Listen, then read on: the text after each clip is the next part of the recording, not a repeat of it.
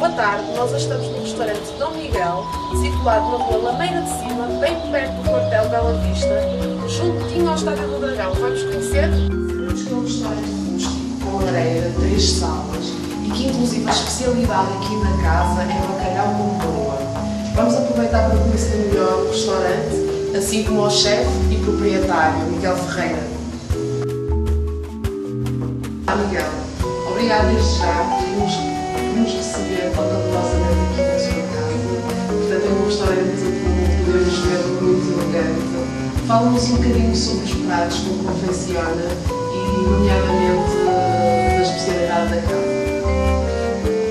Os pratos vão desde a carne, descarnado de vintão, costutão de na brasa, a picanha de peixe, por reserva, a cataplana, o almoçal e o famoso bacalhau com broa.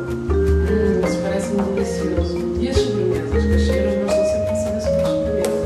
Sobremesas, além de doces caseiros, temos também a banana frita com mel e o queijo seco. Normalmente costumamos organizar noites de fado, jantares